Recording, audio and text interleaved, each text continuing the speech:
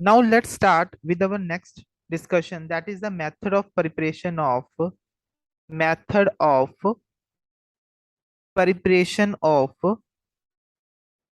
Hello arenes. अब हम aryl halides की फॉर्मेशन करेंगे कि हम उनको कैसे प्रिपेयर कर सकते हैं। तो कल की क्लास में मैंने आपको बताया था कि जो आपके बेंजीन्स होते हैं वो किस तरह की रिएक्शंस देते हैं, आपकी इलेक्ट्रोफिलिक सब्स्टिट्यूशन रिएक्शन। तो मैंने वहां पे आपको समझाया है, क्योंकि जो आपका बेंजीन सिस्टम होता है वो आपका इलेक्ट्रॉन रिच सिस्टम होता है।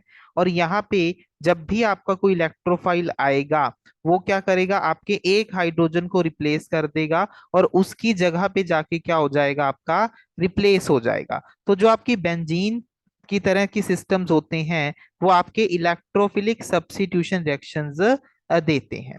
तो यहाँ पे अगर मैं देखूं, यहाँ पे अगर मैं आपका जो इलेक्ट्रोफाइल प्रोड्यूस करवा लूं आपका halogen in the presence of your Lewis acid, तो यहाँ पे देखो जो आपका प्रोडक्ट बनता है that is your halo alkene, halo arene sorry, that is your chlorobenzene. अब देखो रिएक्शन कैसे प्रोसीड होता है। यहाँ पे देखो क्या है, आपका Cl है, ये क्या है, आपका नॉन पोलर है। ठीक है, तो ये एज सच आपका इलेक्ट्रोफाइल जनरेट नहीं कर सकता। तो इसी वजह से मैंने इसमें क्या डाला है, आपका लुईस एसिड डाला है। लुईस एसिड के पास वेकेंट ऑर्बिटल होने के कारण ये क्या करेगा, इलेक्ट्रॉन को एक्सेप्ट करेगा। जैसे ही इसने इलेक्ट्रॉन को एक्सेप्ट किया तो जो क्लोरीन इलेक्ट्रॉन डोनेट करेगा उस पे चार्ज क्या आएगा, पॉजिटिव। क्योंकि फ्लोरीन आपका जो आयरन है वो इलेक्ट्रॉन को एक्सेप्ट कर रहा है, उस पे चार्ज क्या आएगा, आपका नेगेटिव चार्ज आएगा। अब देखो आपका जो क्लोरीन है वो तो पहले ही इलेक्ट्रोनेगेटिव होता है, उसके ऊपर आपने पॉजिटिव चार्ज रख दिया, so it becomes very very electronegative. ये और भी ज्यादा क्या हो गया, आपका इलेक्ट्रोनेगेटिव बन गया। तो अपनी इलेक्ट्रोनेगेटिविटी इंक्रीज करने के कारण ये क्या करता है, इस तरह बॉन्ड को क्लीव करता है। और यहां से आपका अल्टीमेटली आपका जो इलेक्ट्रोफाइल है वो क्या होता है, आपका जनरेट होता है। और जो इलेक्ट्रोफाइल यहाँ से जनरेट हुआ वो आपकी बेंजीन के साथ रिएक्ट करके आपका इलेक्ट्रोफिलिक सब्स्टिट्यूशन रिएक्शन परफॉर्म करते हुए आपके क्लोरोबेंजीन की क्या करता है, हमें फॉर्मेशन करता है। ठीक है, तो ये फॉर्मेशन आपके क्लोरोबेंजीन की इस तरह से यहाँ पे होती है, of your aryl halide through electrophilic substitution reaction.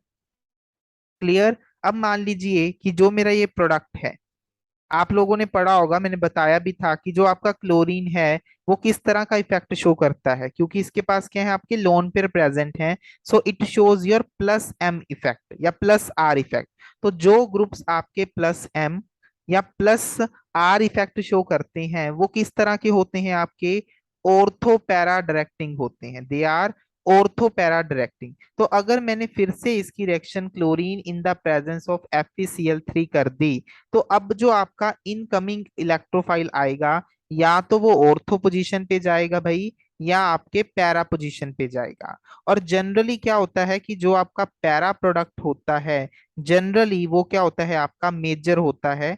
और जो आपका ऑर्थो प्रोडक्ट होता है वो माइनर होता है, ड्यू टू स्टेरिक रिपल्शंस। यहाँ पे क्या होती हैं, स्टेरिक रिपल्शंस होती हैं, इलेक्ट्रॉन इलेक्ट्रॉन क्लाउड आपस में रिपेल करते हैं। इसी वजह से मोस्ट ऑफ द केसेस में आपका जो पैरा प्रोडक्ट होता है दैट इज मेजर, वो क्या होता है, आपका मेजर होता है, क्योंकि वहां पे जो आपके बल्की ग्रुप हैं वो दूर प्रेजेंट होते हैं। So this is the first method, यहां से आप राइल हैलाइड्स की फॉर्मेशन कर सकते हो। नाउ द सेकंड मेथड आपका आता है from your diazonium salt. From diazonium salt, कि आप डाइजोनियम सॉल्ट से किस तरह से इनकी फॉर्मेशन कर सकते हो, from your diazonium salt, from your diazonium salt. तो लिख लीजिए डाइजोनियम सॉल्ट। पहले हम देख लेते हैं कि जो आपका डाइजोनियम सॉल्ट होता है वो किस तरह से बनता है।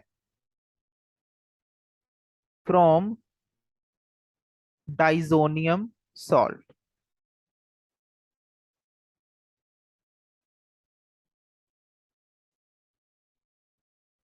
From diazonium salt. तो देखो सबसे पहले सीख लेते हैं कि आप डाइजोनियम सॉल्ट को कैसे प्रिपेयर कर सकते हो। तो डाइजोनियम सॉल्ट की जो प्रिपरेशन है उसको आप कैसे प्रिपेयर कर सकते हो, फ्रॉम योर एनिलीन। एनिलीन क्या होता है? बेंजीन के ऊपर अगर NH2 ग्रुप लगा है तो इसको हम बोलते हैं आपकी एनिलीन। अगर आपने एनिलीन की रिएक्शन नाइट्रस एसिड के साथ कर दी at a very low temperature, तो यहाँ पे आपका जो प्रोडक्ट बनता है that is your benzene diazonium salt. क्या होता है ये? N2 positive Cl negative. This is your benzene diazonium salt. अब जो बेंजीन डाइजोनियम सॉल्ट है, अगर आपने इसकी रिएक्शन डिफरेंट डिफरेंट कंपाउंड्स है, मैं वो आपको बना के दिखा देता हूं यहाँ पे, कि अगर आपने बेंजीन डाइजोनियम क्लोराइड की रिएक्शन किसके साथ कर दी? First with your copper chloride in the presence of HCl। ठीक है, तो यहाँ पे आपका बनता है क्लोरोबेंजीन बनता है। अब बात ये आती है कि ये जो क्लोरीन है वो कहाँ से आता है? तो ये क्लोरीन आपके कॉपर वाला क्लोरीन आता है, और इस रिएक्शन को हम बोलते हैं आपका सैंडमेयर रिएक्शन। इसको हम क्या बोलते हैं? आपकी सैंडमेयर रिएक्शन। तो ये पेपर में एक बार पूछा जा चुका है ऑलरेडी। अगर आप इसकी reaction copper in the presence of HCl के साथ करते हो, देखो प्रोडक्ट तो यहाँ पे भी बन जाएगा, बट यहाँ पे जो प्रोडक्ट की यील्ड है ना वो बहुत ही ज्यादा कम होती है। That is a very low yield, और इस रिएक्शन को हम बोलते हैं आपकी गैटरमैन रिएक्शन। Gattermann reaction. ठीक है, तो इनसे आप अपने हैलोजन फॉर्मेशन क्या कर सकते हो? कर सकते हो। अगर आपको यहां से आयोडीन चाहिए तो इसकी रिएक्शन आप कर दो पोटाशियम आयोडाइड के साथ, तो यहाँ पे जो आपका प्रोडक्ट बनेगा that is your आइडो benzene. That is your आइडो benzene. Clear है यहां तक? और अगर आपको यहाँ से फ्लोरोबेंजीन बनाना है, that is a very difficult task, तो उसके लिए हम यहाँ पे यूज क्या करते हैं? आपका HbF4। तो यहाँ से जो आपका प्रोडक्ट बनता है दैट इज योर फ्लोरोबेंजीन। तो आप अपने बेंजीन डाइजोनियम सॉल्ट से डिफरेंट तरह के हेलो एरीन्स की फॉर्मेशन कर सकते हो। क्लियर है पॉइंट यहाँ तक? So these are some of the methods to prepare your halo arenes.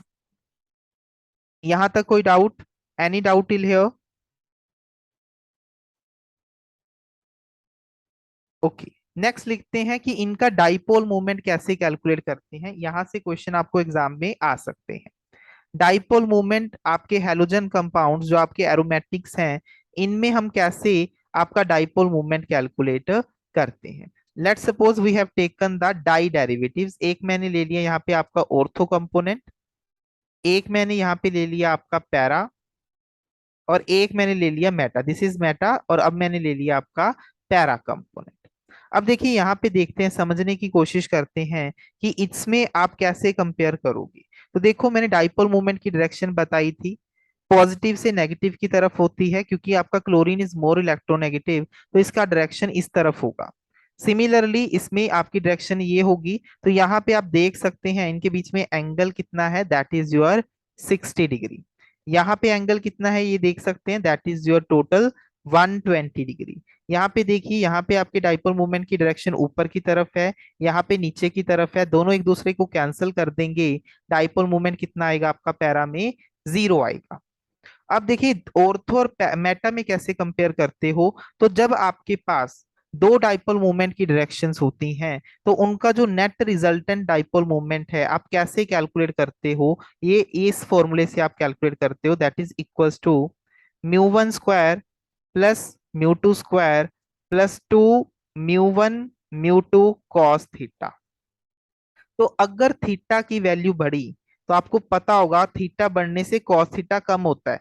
तो अगर कोस थीटा कम होगा तो आपका जो म्यू है उसकी वैल्यू क्या हो जाएगी? आपकी कम हो जाएगी। तो इसी वजह से जिसका थीटा कम उसकी म्यू क्या होगी? ज्यादा होगी। तो यहां से आपका ऑर्डर क्या आएगा?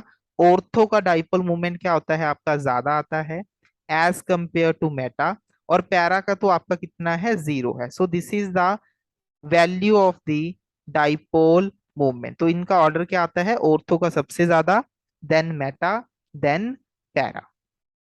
क्लियर है यहां तक? Any doubt till here? यहां तक किसी को कोई डाउट? ओके, नाउ अब हम इनकी रिएक्शन की तरफ प्रोसीड करते हैं। कि जो आपके ये किस तरह की रिएक्शंस आपको देते हैं।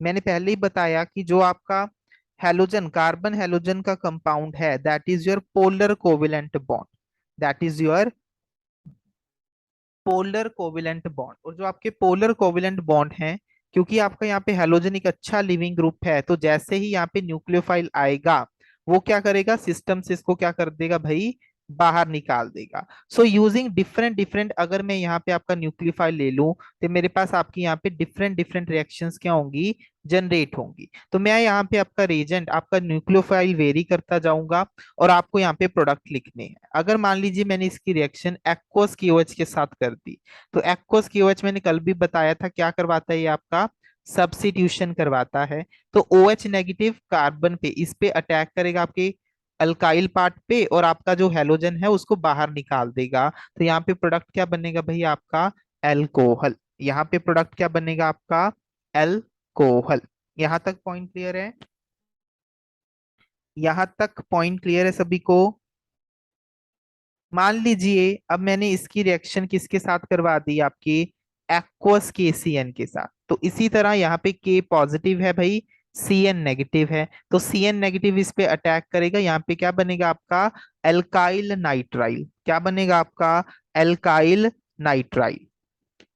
तो यहाँ पे मैंने KCN लिया था।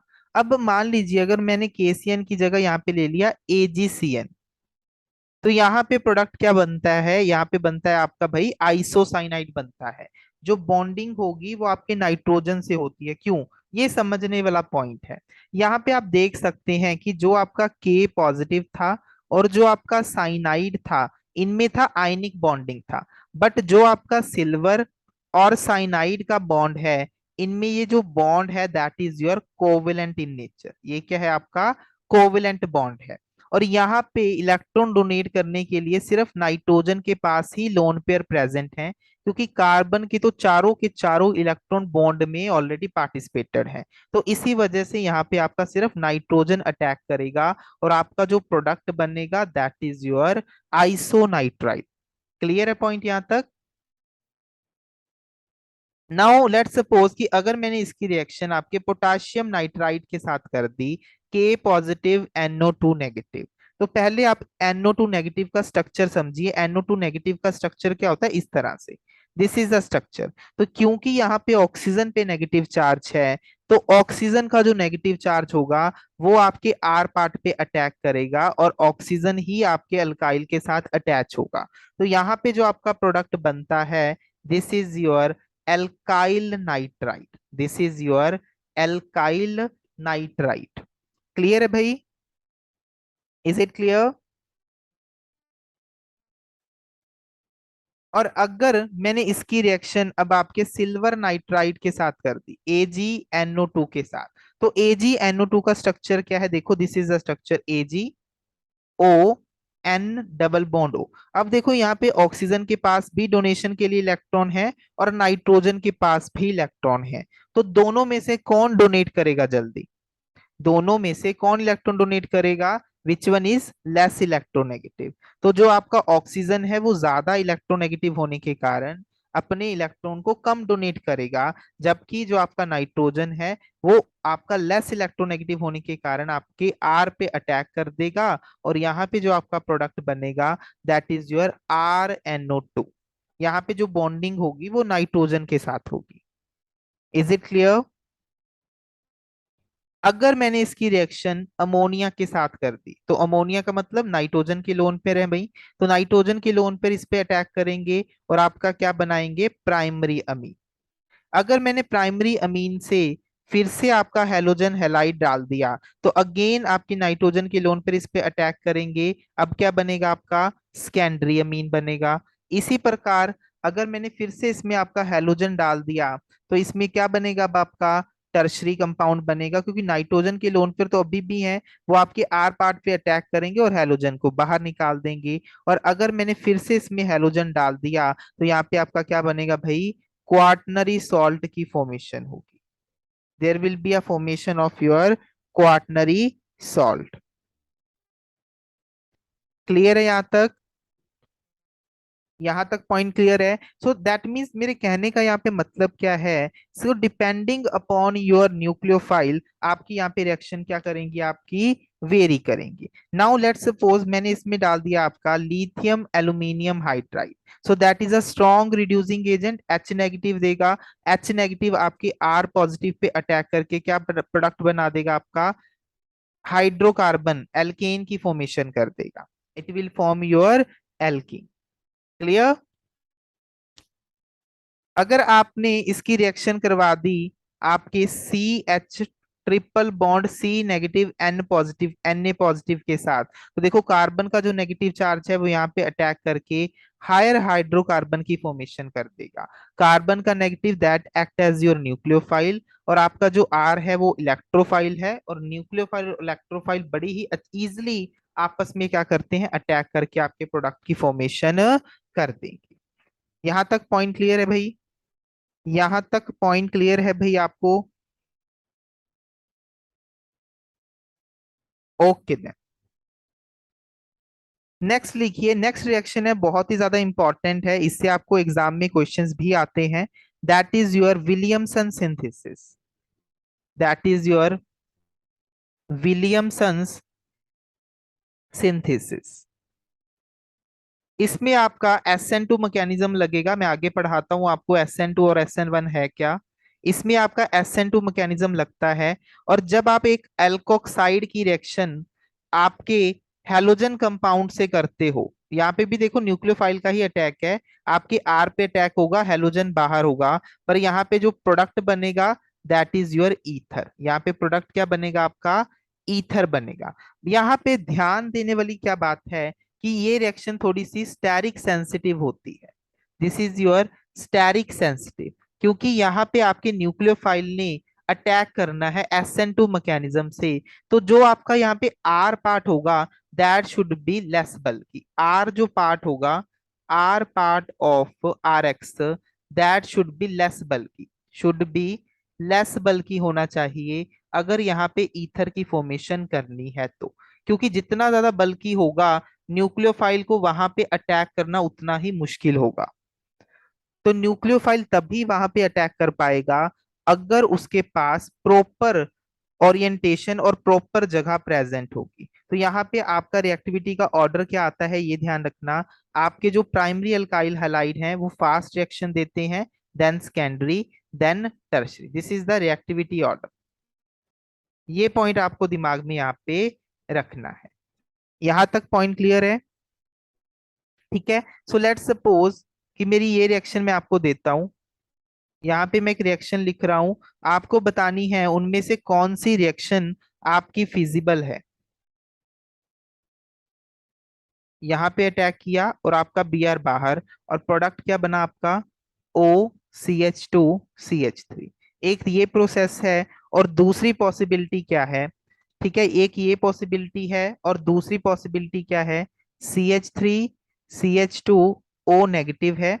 और मेरी दूसरी पॉसिबिलिटी ये है कि मैंने जो अटैक करवाया है वो यहां से करवा दूं, कि यहाँ पे अटैक करवाया और आपका ये बाहर। प्रोडक्ट दोनों में सेम ही बनना है। जल्दी से बताइए कि कौन सी रिएक्शन फेवरेबल होगी या दोनों फेवरेबल होंगी। फर्स्ट इज फेवरेबल या second is favourable? First, very good. Second आपकी लेस फेवरेबल होगी भाई, क्योंकि यहाँ पे जो आपका ये सेंटर है दैट इज क्वाइट स्टेरिक, बल्कि है, स्टेरिक है, इसमें बल्कीनेस ज्यादा है, न्यूक्लियोफाइल यहाँ पे अटैक नहीं कर पाएगा। सो आपकी जो फर्स्ट रिएक्शन होगी वो क्या होगी, यहाँ पे फेवरेबल होगी। तो सेकंड में rather than doing the SN2 reaction, यहाँ पे क्या हो जाएगा, आपका एलिमिनेशन हो जाएगा। तो जो आपका यहाँ पे नेगेटिव चार्ज है ना, वो आपके इस CH3 से एक क्या करेगा, प्रोटॉन को अब्स्ट्रैक्ट कर लेगा, और यहाँ पे आपकी क्या हो जाएगी, एलिमिनेशन हो जाएगी। यहाँ पे जो आपका प्रोडक्ट बनेगा वो इस तरह से एलिमिनेटेड प्रोडक्ट बन जाएगा। That is your isobutylene. That is your isobutylene product की फॉर्मेशन हो जाएगी। क्योंकि यहाँ पे वो अटैक तो कर नहीं सकता, न्यूक्लियोफिलिक सब्स्टिट्यूशन तो होगा नहीं। दूसरा ऑप्शन क्या है उसके पास, कि वो आपके यहाँ से हाइड्रोजन को अब्स्ट्रैक्ट कर ले ताकि वो बेस की तरह एक्ट करे। तो इस रिएक्शन में जो आपका न्यूक्लियोफाइल है वो बेस की तरह एक्ट कर पाएगा। तो आपका जो प्रोडक्ट बनेगा वो एलिमिनेटर प्रोडक्ट की फॉर्मेशन कर देगा। There will be a formation of your eliminated product. यहां तक पॉइंट क्लियर आपको? यहां तक पॉइंट क्लियर आप लोगों को?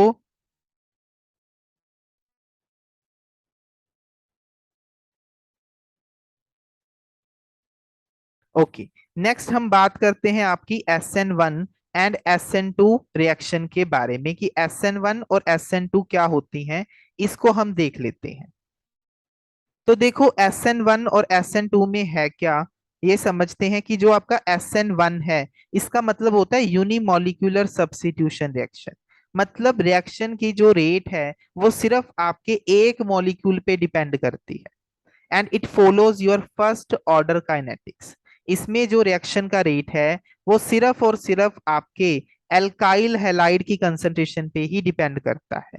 पहले स्टेप में क्या होता है, आपका हैलोजन सिस्टम से बाहर जाता है, आपका कार्बोकेटाइन बनता है।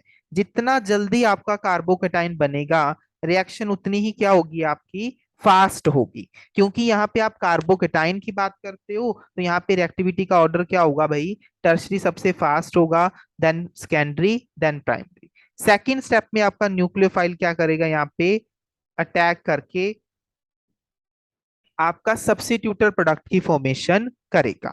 On the other hand side जो SN2 है वो आपका बाइमोलिकुलर सब्स्टिट्यूशन रिएक्शन देता है।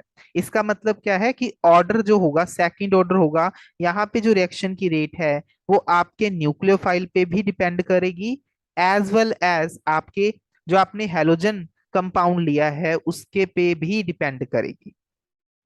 सेकेंड पॉइंट ऑफ डिफरेंस कि आपका जो SN1 रिएक्शन है वो आपके दो स्टेप में प्रोसीड होता है, विद कार्बोकेटाइन इंटरमीडिएट बनता है। जबकि जो आपका SN2 है वो आपके सिंगल स्टेप कंसर्टेड मैकेनिज्म है, और आपका एक ही उसमें ट्रांजिशन स्टेट बनती है, जिसमें आपका न्यूक्लियोफाइल के साथ बॉन्ड फॉर्मेशन और आपके हेलोजन के साथ बॉन्ड का क्लीवेज साइमल्टेनियसली अक्कर होता है। नेक्स्ट पॉइंट, क्योंकि आपके SN1 में यहाँ पे कार्बोकेटाइन बनता है और कार्बोकेटाइन आपका प्लेनर होता है, तो जब आपका न्यूक्लियोफाइल अटैक करेगा उसके पास दोनों ऑप्शंस हैं। वो आपका अबव द प्लेन भी अटैक कर सकता है और बिलो द प्लेन भी अटैक कर सकता है। सो यहाँ पे आपका क्या होता है, रेसिमाइजेशन होता है। प्रोडक्ट, दोनों प्रोडक्ट बनते हैं, एक R प्रोडक्ट और दूसरा S प्रोडक्ट, मतलब इनैंशियोमर्स बनते हैं। जबकि यहाँ पे जो आपका SN2 है, यहाँ पे जो आपका न्यूक्लियोफाइल है, उसके पास सिर्फ एक ही ऑप्शन है, वो बैक साइड से ही अटैक कर सकता है। रीजन, क्योंकि फ्रंट साइड से जैसे ही वो अटैक करने की कोशिश करेगा, आपके जो हैलोजन के इलेक्ट्रॉन हैं और न्यूक्लियोफाइल के जो इलेक्ट्रॉन हैं वो आपस में क्या करेंगे, आपके रिपेल करने लगेंगे। और रिपल्शन के कारण न्यूक्लियोफाइल आपका फ्रंट साइड से अटैक नहीं कर पाएगा, तो वो हमेशा बैक साइड से अटैक करेगा। और यहाँ पे क्या होगा, आपका कंप्लीट इन्वर्जन होगा कॉन्फ़िगरेशन का। इसका मतलब कि अगर आपने रिएक्टेंट R कॉन्फ़िगरेशन का लिया है तो जो आपका प्रोडक्ट बनेगा that is of your S configuration. Complete inversion होगा आपके प्रोडक्ट का। यहां तक पॉइंट क्लियर है भाई? Till here any doubt? यहां तक पॉइंट क्लियर है? नेक्स्ट देखो, दिस इज द मैकेनिज्म। ये मैंने यहाँ पे जो आपका एल्केन सिस्टम लिया है दैट इज योर टर्शरी। तो टर्शरी में ही फास्ट होगा, क्यों भाई? क्योंकि टर्शरी कार्बोकेटाइन ही आपका स्टेबल है, वही SN1 में फास्ट रिएक्शन आपका देगा। क्योंकि कार्बोकेटाइन बनता है, यहाँ पे रीअरेंजमेंट आपकी क्या है, पॉसिबल है। रिएक्शन का जो रेट है सिर्फ और सिर्फ आपका एल्काइल हैलाइड पे डिपेंड करता है, न्यूक्लियोफाइल के ऊपर डिपेंड नहीं करता। तो चाहे आप स्ट्रॉन्ग न्यूक्लियोफाइल लो, चाहे आप वीक न्यूक्लियोफाइल लो, दोनों ही SN1 रिएक्शन को परफॉर्म करवा सकते हैं। क्लियर है पॉइंट? तो क्योंकि यहाँ पे आपका न्यूक्लियोफाइल आपके रेट ऑफ रिएक्शन को इफेक्ट नहीं करता, तो आप न्यूक्लियोफाइल स्ट्रॉन्ग भी ले सकते हो और माइल्ड भी ले सकते हो। नेक्स्ट इंपॉर्टेंट पॉइंट जो बहुत ही ज्यादा इंपॉर्टेंट है कि इसमें आपका कार्बोकेटाइन बनता है। कार्बोकेटाइन क्या है, आपका एक चार्ज स्पीशीज है, और आपको पता है जो चीज चार्ज है लाइक डिजॉल्व्स लाइक, तो इसमें पोलर प्रोटिक सॉल्वेंट यूज करते हैं। पोलर प्रोटिक का मतलब जो अपना H पॉजिटिव डोनेट कर सकते हैं, जो आपके चार्जेस की फॉर्मेशन कर सकते हैं। सो लाइक डिजॉल्व्स लाइक, तो इसी वजह से आपके जो SN1 है वो आपके पोलर प्रोटिक सॉल्वेंट हमें देते हैं। So these are some of the basic points of your SN1 mechanism. अगर हम बात करें आपके SN2 मैकेनिज्म की, तो यहाँ पे बैक साइड अटैक होगा। तो बैक साइड अटैक होने के कारण भाई उसके पास प्रॉपर जगह होगी तभी तो अटैक कर पाएगा। इसी वजह से रिएक्टिविटी ऑर्डर क्या आती है आपकी, प्राइमरी की सबसे ज्यादा, देन सेकेंडरी, देन टर्शरी। क्योंकि आपका जो न्यूक्लियोफाइल है पीछे से अटैक करता है, तो इसी वजह से इसकी जो कॉन्फ़िगरेशन है वो क्या हो जाती है आपकी, इन्वर्ट हो जाती है। रेट ऑफ रिएक्शन आपका सेकंड ऑर्डर काइनेटिक्स को फॉलो करता है। Alkyl halide as well as nucleophile दोनों ही रिएक्शन की रेट को इफेक्ट करते हैं। इसी वजह से यहाँ पे आप जो न्यूक्लियोफाइल लेते हो दैट मस्ट बी स्ट्रांग होना चाहिए, और उसकी कंसंट्रेशन भी ज्यादा होनी चाहिए, तभी वो आपका SN2 रिएक्शन को परफॉर्म करवाएगा। आपके SN2 में सिर्फ ट्रांजिशन स्टेट बनती है, कोई भी आयनिक इंटरमीडिएट नहीं बनता। इसी वजह से इसमें हम लेस पोलर, आपका पोलर अप्रोटिक सॉल्वेंट यूज करते हैं, जैसे कि आपका एसीटोन, आपका DMSO, आपका dichloromethane. So these are your polar aprotic solvent. इस तरह के सॉल्वेंट जो अपना H पॉजिटिव डोनेट नहीं करते, पोलर होते हैं पर अपना H पॉजिटिव डोनेट नहीं करते। सो इस तरह के जो सॉल्वेंट हैं वो आपके SN2 रिएक्शन को फेवर करते। नेक्स्ट इनके ग्राफ बनाए हुए हैं। देखो ग्राफ, एक चीज का ध्यान रखना कि जो भी आपके कर्व्स आते हैं, अगर किसी भी सिस्टम में N इंटरमीडिएट हैं तो उसमें ट्रांजिशन स्टेट कितने होंगे, एक ज्यादा होंगे। तो SN1 में आपका एक इंटरमीडिएट बनता है। So this is your intermediate, carbocation intermediate. और जो आपके ट्रांजिशन स्टेट होते हैं दे आर हाईली एनर्जेटिक, तो इसमें ट्रांजिशन स्टेट कितने होंगे, दो। तो that is your first transition state and that is your second transition state. So this is the curve for your SN1 mechanism. और क्योंकि SN2 में कोई भी इंटरमीडिएट नहीं बनता, यहाँ पे सिर्फ एक ही ट्रांजिशन स्टेट बनती है, and that is the curve for your SN2 mechanism. Reactant से प्रोडक्ट में कन्वर्जन के लिए आपको एक्टिवेशन एनर्जी की रिक्वायरमेंट है।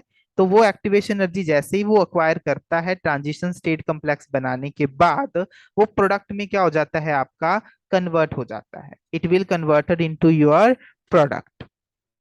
क्लियर है यहाँ तक? यहाँ तक क्लियर है भाई? Any doubt till here? यहाँ तक पॉइंट क्लियर है सभी को?